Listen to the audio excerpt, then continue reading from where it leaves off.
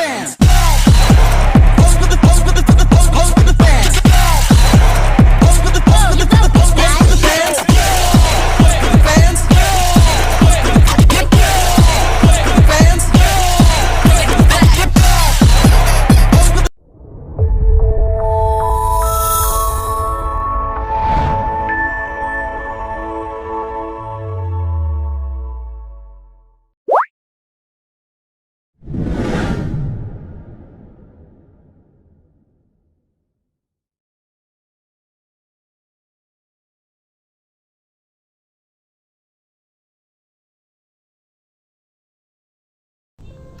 Sore hari setelah bel pulang berbunyi, suasana sekolah perlahan menjadi sepi.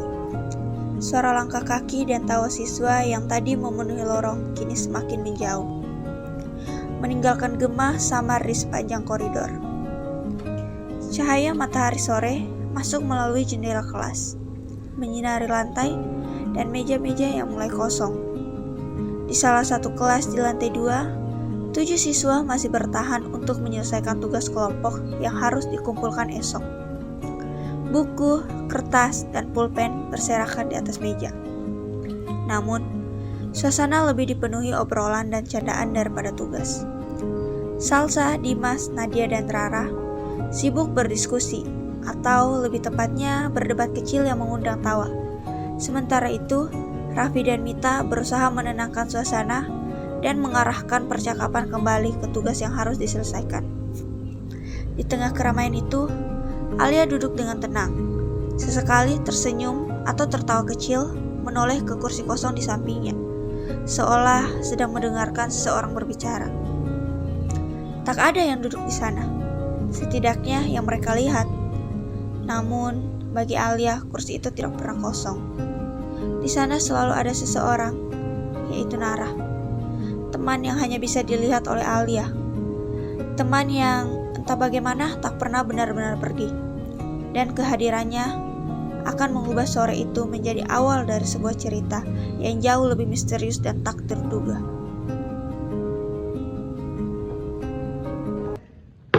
Baiklah, kerja kelompok kita mulai ya. Perasaan kita gak pernah milih kamu loh. Kita nggak pernah voting ya. Aku cuma kedip sebentar, tahu-tahu udah jadi ketua. Udah sih. Sudah, fokus. Nomor 1 siapa yang jawab? Kita bagi data aja, jangan ada yang santai sendiri. Iya, kamu juga nggak usah terlalu buru-buru. Alia, kamu ngomong sama siapa? Sama Nara. Hah? Nara? Nara itu siapa? Teman baru. Kok nggak ada di grup kelas?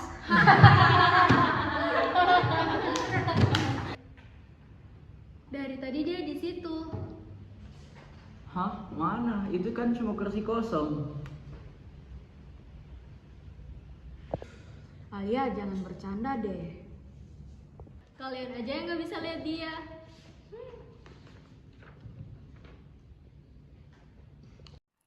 Untuk mengurangi tegang, Salsa mendekati kursi kosong. Hai Nara, aku Salsa, ketua kelompok yang paling cantik. Sal, jangan makin serem deh. Alia, serius, Nara itu siapa? Teman lama. Kalau boleh tahu seberapa lama? Dari kelas 7, kita satu bangku. Terus dia pindah.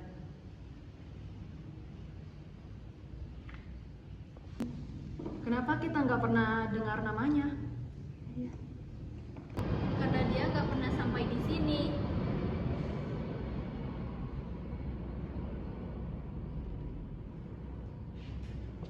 Mereka pun pindah ke kantin. Pada saat itu, Alia membeli 2 minuman.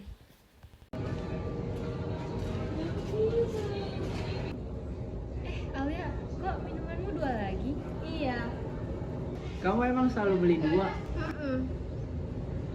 Kalau gitu aku juga mau dong dibeliin, tapi yang beneran ya, bukan buat kursi kosong. Alia, kamu mulai serem kayak gini sejak kapan? Sejak bangku di sampingku kosong. Itu yang kecelakaan. Kita janji mau masuk SMA yang sama. Kita belajar setiap sore. Dia paling sabar hadapin aku. Kalian deket banget ya? Banget. Kalau aku marah, dia yang ngalah. Kalau aku sedih, dia yang peluk aku. Terus hari itu gimana? Hari itu hujan deras. Aku marah sama dia karena dia nggak balas chatku. Padahal cuma soal sepele. Jadi aku bilang ke dia, ya udah kita nggak usah temenan lagi. Dia cuma bilang besok kita baikan. Tapi besoknya dia nggak pernah datang lagi. Kecelakaan. Motor ngebut. Katanya dia nggak bisa ngehindar.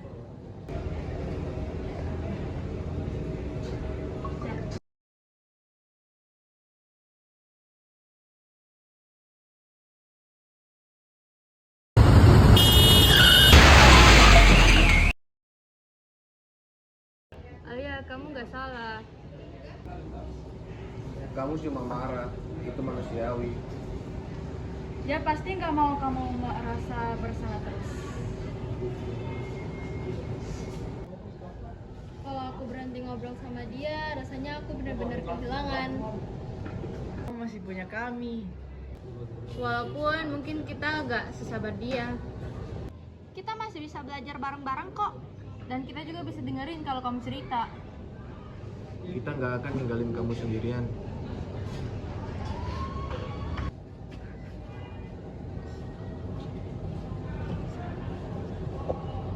Hari-hari berikutnya, Alia masih sesekali menoleh ke kursi kosong. Namun, kini ia lebih sering tertawa bersama teman-temannya. Ia mulai menceritakan kenangan Nara, bukan dengan tangis, tetapi dengan senyuman kecil. Alia, bangkunya kosong ya? Iya, kosong. Itu enggak apa-apa. Nggak apa-apa. Sini, pindahin lagi saja.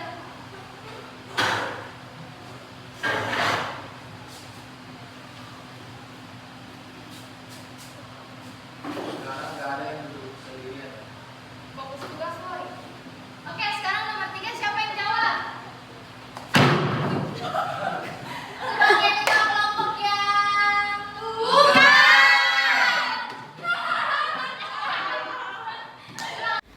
Tawa mereka pecah lebih lama dari biasanya. Namun, kali ini terasa lebih hangat dan nyaman. Alia tersenyum tulus, merasa dirinya tidak lagi sendirian. Sekarang aku udah nggak sendirian lagi. Tidak semua kehilangan bisa langsung diterima. Kadang, seseorang memilih bertahan dengan caranya sendiri agar rasa sepi tidak terasa terlalu berat. Bagi Alia, berbicara pada bayangan adalah caranya untuk merasa bahwa ia belum sepenuhnya ditinggalkan. Dengan membayangkan Nara masih ada, hari-hari terasa sedikit lebih mudah dilalui. Ia masih bisa tertawa dan bercerita, seolah semuanya belum berubah. Namun, seiring waktu berjalan, Alia mulai memahami sesuatu. Kenangan tidak akan hilang hanya karena seseorang telah pergi. Semua tawa, cerita, dan momen yang pernah terjadi akan tetap hidup di dalam hati. Menerima bukan berarti melupakan, dan melepaskan bukan berarti tidak peduli lagi. Perlahan, Alia juga menyadari bahwa selama ini ia tidak benar-benar sendirian. Di sekelilingnya masih ada orang-orang yang tetap tinggal. Nadia, Rara, Salsa, Dimas, Raffi, dan Mita yang selalu ada dan peduli padanya.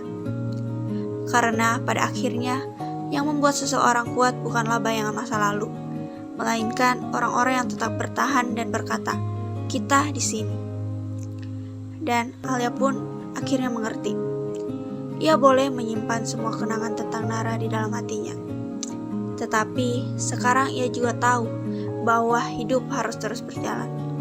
Dan untuk pertama kalinya, Alia merasa lebih tenang karena ia sadar bahwa ia tidak pernah benar-benar sendirian.